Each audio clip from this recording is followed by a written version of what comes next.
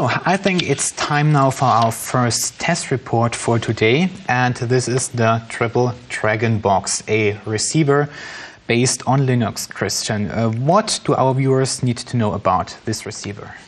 First of all, it's a very big box. It's some years on the market already, and it was constructed with the help of the famous Dr. Overflow, but now they are not together anymore. But his handwriting you see a little bit in this receiver. It's Linux-based, which is very interesting, and what's much more important, it has a real spectrum analyzer.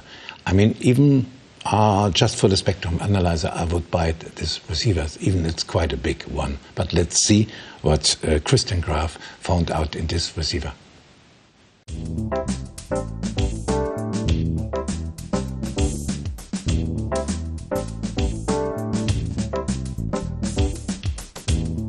The Triple Dragon DBS 3000 is yet another receiver which runs under Linux.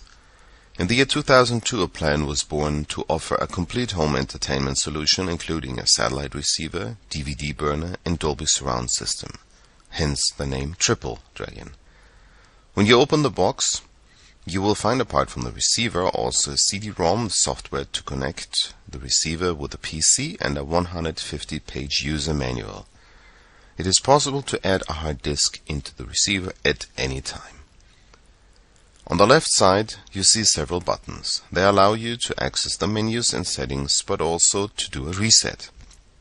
A light will appear to show a signal lock, and there's also the remote control sensor.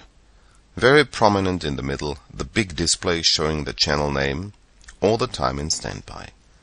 There are two Conax embedded card readers as well as one CI slot hidden behind a flap. On the rear you see the IF input with loop option. Next to it, an input for terrestrial signals and an RF out. This receiver has an AV in and output as RCA. There's also one SPDIF out as RCA available. Underneath you find a 0-12 volt switch.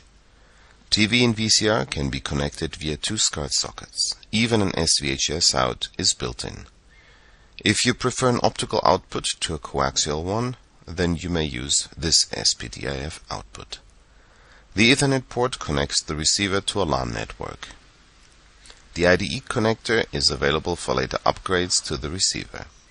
Here you find an RS-232 port, and this is where you plug in the mains cord.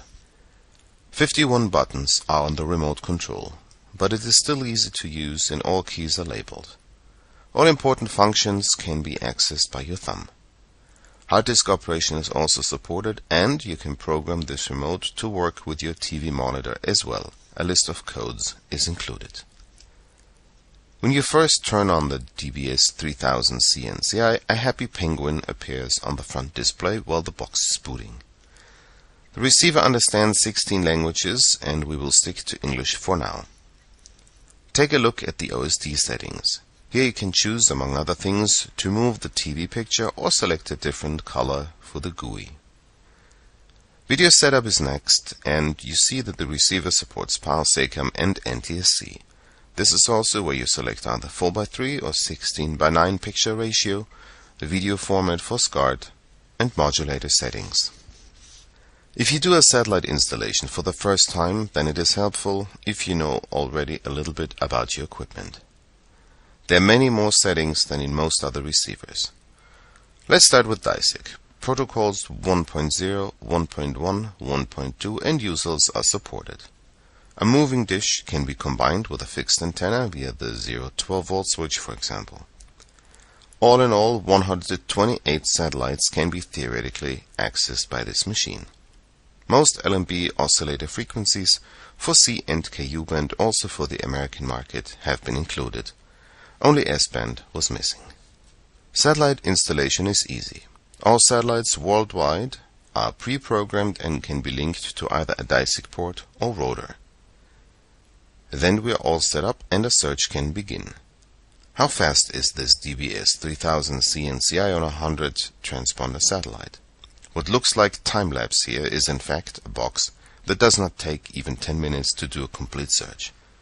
A manual scan is also possible, but there you have to know the frequency and symbol rate. Or maybe you don't. Go through all menus and all of a sudden you find a spectrum analyzer built in, which shows the entire spectrum of the selected satellite. That way you can find new signals as well. What's really nice to look at are the details of a given program stream. Here you see the PIDS frequency symbol rate, but also incoming signal level, audio bitrate, resolution, video bitrate, which is close to 3 MB per second for this transmission. These thousands of channels can be stored in as many favorite lists as you are willing to create. Finding specific channels is easy. They can be sorted by alphabet, favorites, or providers. Program information is available through the TV guide. For even more detailed info, simply press twice. Also, by changing the channels, you can use the EPG to get infos about program content. Since the DBS 3000 CNCI has an Ethernet port built in, you have to define the network connection first. DHCP, Samba, and NTP clients are available. Here's a quick look at the software that comes with the receiver. A 60-day trial version of DVR Studio is included. As soon as the box is connected to the PC, you can execute a software upgrade, stream TV and radio stations, or load additional programs, also called plugins, into the receiver. This is how to store settings from the Triple Dragon on a PC. First you give a name to the settings, then you press backup, and that's already it. Now there's no problem to edit any channel to your personal liking. The DBS 3000 CNCI is undoubtedly an interesting receiver. It runs under Linux. This means it will be future-proof, since there are constantly new software releases and plugins available that can be uploaded to the set-top box through a LAN connection. Embedded codecs and one CI slot allow pay TV access. It would take hours to go through the countless possibilities this unit has to offer. But there's the internet and several forums to offer ideas and support if things don't go the way you want them to go. It crashed several times. No harm done, the receiver reboots automatically. But this is a receiver for people with time who enjoy testing and fuddling around for many nights until it finally works.